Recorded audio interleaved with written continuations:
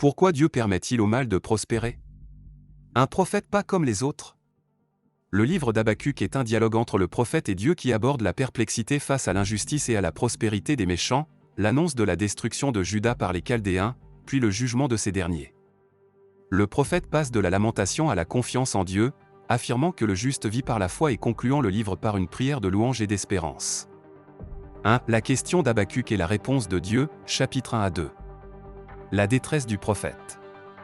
Habacuc se lamente sur l'injustice et l'oppression qui règnent à Juda, et il s'interroge, pourquoi Dieu permet-il au mal de prospérer? L'annonce des Chaldéens. Dieu révèle à Habacuc qu'il va utiliser les Chaldéens, les Babyloniens, un peuple impitoyable, pour punir Juda. La réponse de Dieu. Habacuc est troublé par cette perspective, mais Dieu lui assure que ses plans s'accompliront. Il ordonne aux justes d'être patients et fidèles, car les Chaldéens, malgré leur rôle de punition, seront eux aussi jugés pour leurs crimes. 2. Le principe du juste vivant par la foi au chapitre 2.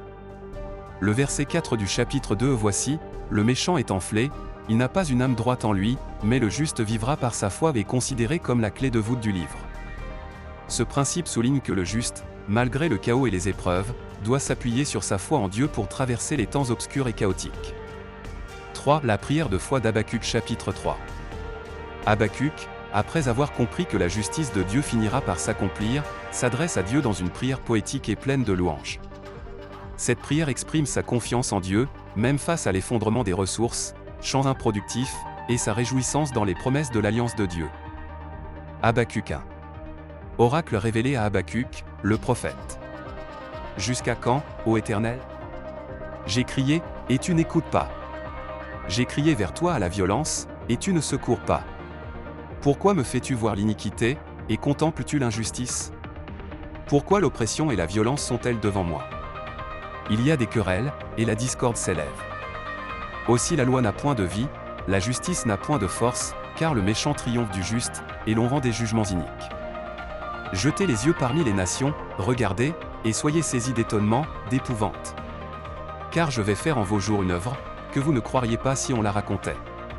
Voici, je vais susciter les Chaldéens, peuple furibond et impétueux, qui traversent de vastes étendues de pays, pour s'emparer de demeures qui ne sont pas à lui.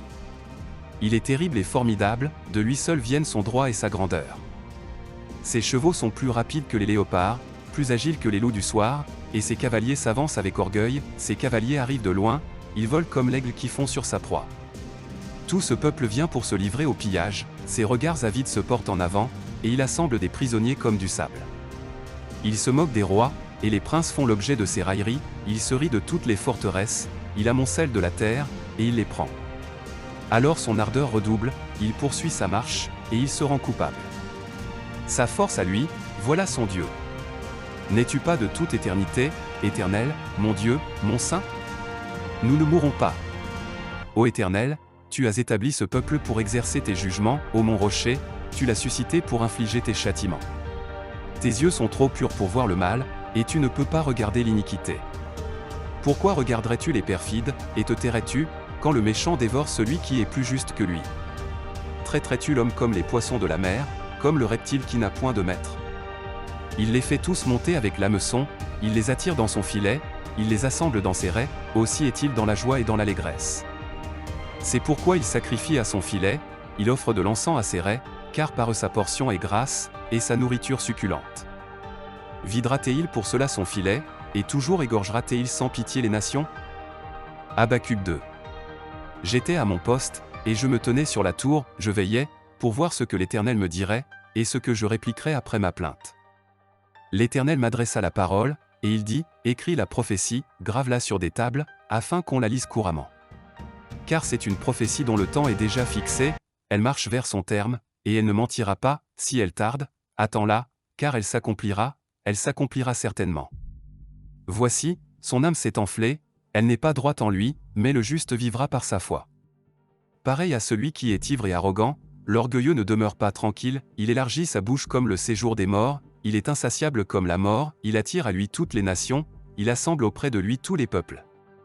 Ne sera-t-il pas pour tous un sujet de sarcasme, de raillerie et d'énigme? On dira, malheur à celui qui accumule ce qui n'est pas à lui. Jusqu'à quand? Malheur à celui qui augmente le fardeau de ses dettes. Tes créanciers ne se lèveront-ils pas soudain? Tes oppresseurs ne se réveilleront-ils pas? Et tu deviendras leur proie. Parce que tu as pillé beaucoup de nations, tout le reste des peuples te pillera, car tu as répandu le sang des hommes, tu as commis des violences dans le pays, contre la ville et tous ses habitants. Malheur à celui qui amasse pour sa maison des gains iniques, afin de placer son nid dans un lieu élevé, pour se garantir de la main du malheur. C'est l'opprobre de ta maison que tu as résolu, en détruisant des peuples nombreux, et c'est contre toi-même que tu as péché. Car la pierre crie du milieu de la muraille, et le bois qui lie la charpente lui répond. Malheur à celui qui bâtit une ville avec le sang, qui fonde une ville avec l'iniquité. Voici, quand l'Éternel des armées l'a résolu, les peuples travaillent pour le feu, les nations se fatiguent en vain. Car la terre sera remplie de la connaissance de la gloire de l'Éternel, comme le fond de la mer par les eaux qui le couvrent. Malheur à celui qui fait boire son prochain, à toi qui verses ton outre et qui l'énivre, afin de voir sa nudité. Tu seras rassasié de honte plus que de gloire, bois aussi toi-même, et découvre-toi. La coupe de la droite de l'Éternel se tournera vers toi, et l'ignominie souillera ta gloire. Car les violences contre le Liban retomberont sur toi, et les ravages des bêtes t'effrayeront, parce que tu as répandu le sang des hommes, et commis des violences dans le pays, contre la ville et tous ses habitants. À quoi sert une image taillée, pour qu'un ouvrier la taille?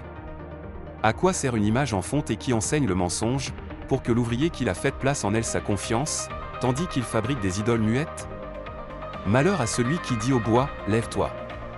À une pierre muette, réveille-toi. Donnera-t-elle instruction?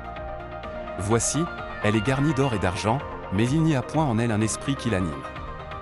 L'Éternel est dans son saint temple. Que toute la terre fasse silence devant lui. Habacuc 3. Prière d'Habacuc, le prophète. Sur le mode des complaintes. Éternel, j'ai entendu ce que tu as annoncé, je suis saisi de crainte. Accomplis ton œuvre dans le cours des années, ô Éternel. Dans le cours des années manifeste-la. Mais dans ta colère souviens-toi de tes compassions. Dieu vient de Théman, le Saint vient de la montagne de Paran. Pause. Sa majesté couvre les cieux, et sa gloire remplit la terre.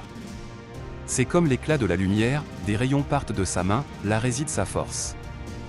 Devant lui marche la peste, et la peste est sur ses traces. Il s'arrête, et de l'œil il mesure la terre, il regarde, et il fait trembler les nations, les montagnes éternelles se brisent, les collines antiques s'abaissent, les sentiers d'autrefois s'ouvrent devant lui. Je vois dans la détresse les tentes de l'Éthiopie, et les tentes du pays de Madian sont dans l'épouvante. L'Éternel est-il irrité contre les fleuves? Est-ce contre les fleuves que s'enflamme ta colère, contre la mer que se répand ta fureur, pour que tu sois monté sur tes chevaux, sur ton char de victoire? Ton arc est mis à nu, les malédictions sont les traits de ta parole. Pause. Tu fends la terre pour donner cours aux fleuves. À ton aspect, les montagnes tremblent, des torrents d'eau se précipitent, l'abîme fait entendre sa voix, il lève ses mains en haut. Le soleil et la lune s'arrêtent dans leur demeure, à la lumière de tes flèches qui partent, à la clarté de ta lance qui brille. Tu parcours la terre dans ta fureur, tu écrases les nations dans ta colère. Tu sors pour délivrer ton peuple, pour délivrer ton oint, tu brises le faîte de la maison du méchant, tu la détruis de fond en comble. Pause. Tu perces de tes traits la tête de ses chefs, qui se précipitent comme la tempête pour me disperser, poussant des cris de joie, comme s'ils dévoraient déjà le malheureux dans leur repère. Avec tes chevaux tu foules la mer, la boue des grandes eaux. J'ai entendu. Et mes entrailles sont émues. À cette voix, mes lèvres frémissent, mes os se consument, et mes genoux chancellent, en silence je dois attendre le jour de la détresse, le jour où l'oppresseur marchera contre le peuple. Car le figuier ne fleurira pas, la vigne ne produira rien, le fruit de l'olivier manquera, les champs ne donneront pas de nourriture, les brebis disparaîtront du pâturage, et il n'y aura plus de bœufs dans les étables. Toutefois, je veux me réjouir en l'Éternel, je veux me réjouir dans le Dieu de mon salut. L'Éternel, le Seigneur, est ma force, il rend mes pieds semblables à ceux des biches, et il me fait marcher sur mes lieux élevés. Au chef des chantres. Avec instruments à cordes.